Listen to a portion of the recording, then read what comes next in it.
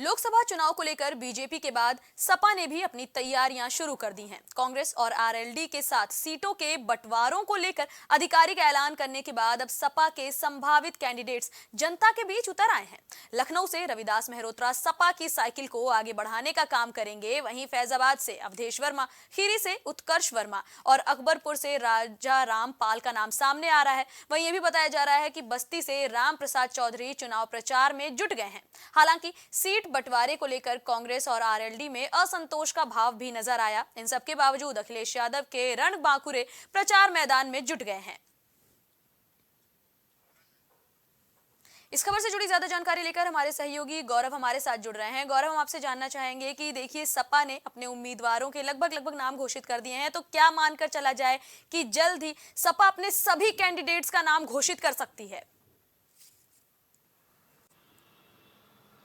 देखिए, बिल्कुल यहाँ पर नाम घोषित करना जरूरी भी, क्योंकि यहाँ पर जिस तरह से समय कम बचा उस हिसाब से यहाँ पर तैयारियां भी करनी जरूरी है। जिस तरह से हम लगातार देख रहे हैं, समाजवादी पार्टी भी यहाँ पर मुख्य विपक्ष की तरह उत्तर प्रदेश में सक्रिय नजर आ रही है, यात्राओं के माध्यम से, जनसभाओं के माध्यम से। और अगर देखें कि लगातार हम देख रहे हैं समाजवादी पार्टी के राष्ट्रीय अध्यक्ष और पूर्व मुख्यमंत्री अखिलेश यादव भी यहाँ पर तमाम तरह की बैठक भी ले रहे हैं। अपने कार्यकर्ताओं में गुर्ज देने के साथ साथ जो अपने पदाधिकारी है उनको भी बता रहे हैं कि आगामी चुनाव किस तरह लड़ना है, क्योंकि यहाँ पर चुनाव महत्वपूर्ण है। क्योंकि चुनाव में अगर बात करें किरण, तो यहाँ पर चुनाव में भविष्य भी तय होना है और यहाँ पर एक रूपरेखा भी तय होनी है कि आने वाले समय में बीजेपी को यहाँ पर उत्तर प्रदेश में टक्कर कौन देगा।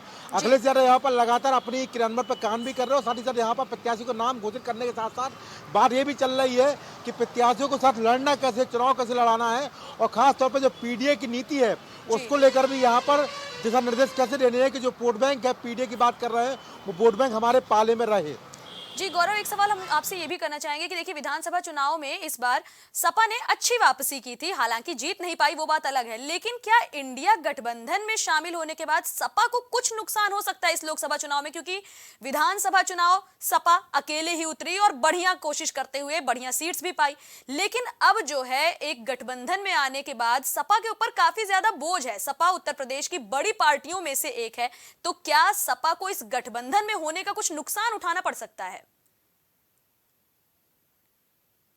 देखिए किरण, नुकसान की यहाँ उम्मीद कम है, क्योंकि यहाँ पर गठबंधन में होने का नुकसान तो यहाँ पर कम रहेगा। क्योंकि समाजवादी पार्टी यहाँ पर जो बात कही जा रही, सोचा जा रहा है कि लगभग 60 से ज्यादा सीटों पर चुनाव लड़ेगी और 60 से सीटों पर यहाँ पर चुनाव लड़ेगी, तो निश्चित रूप से यहाँ पर उसको नुकसान की उम्मीद कम है। पर यहाँ पर जो उसकी मुख्य लड़ाई यहाँ पर बीजेपी के साथ में है, वहाँ जरूर नुकसान उठाना जा सकता है। क्योंकि यहाँ पर जिस तरह से हम देख रहे हैं कि बीजेपी लगातार मेहनत चल रही है। हाल में जिस तरह से रामलला की प्रतिष्ठा हुई है, उसके बाद से जो स्थिति है वो और चरम पर है। और जिस तरह से कहा जा रहा है कि एक उल्लास जो है, वो उल्लास भी यहाँ वोट में तब्दील होगा। जो अगर वोट में उल्लास तब्दील हुआ तो यहाँ पर समाजवादी पार्टी को खासी परेशानी हो सकती है, खासतौर से उत्तर प्रदेश की अगर बात करें। किरण जी, ये जानकारी हमारे दर्शकों तक पहुंचाने के लिए आपका धन्यवाद गौरव।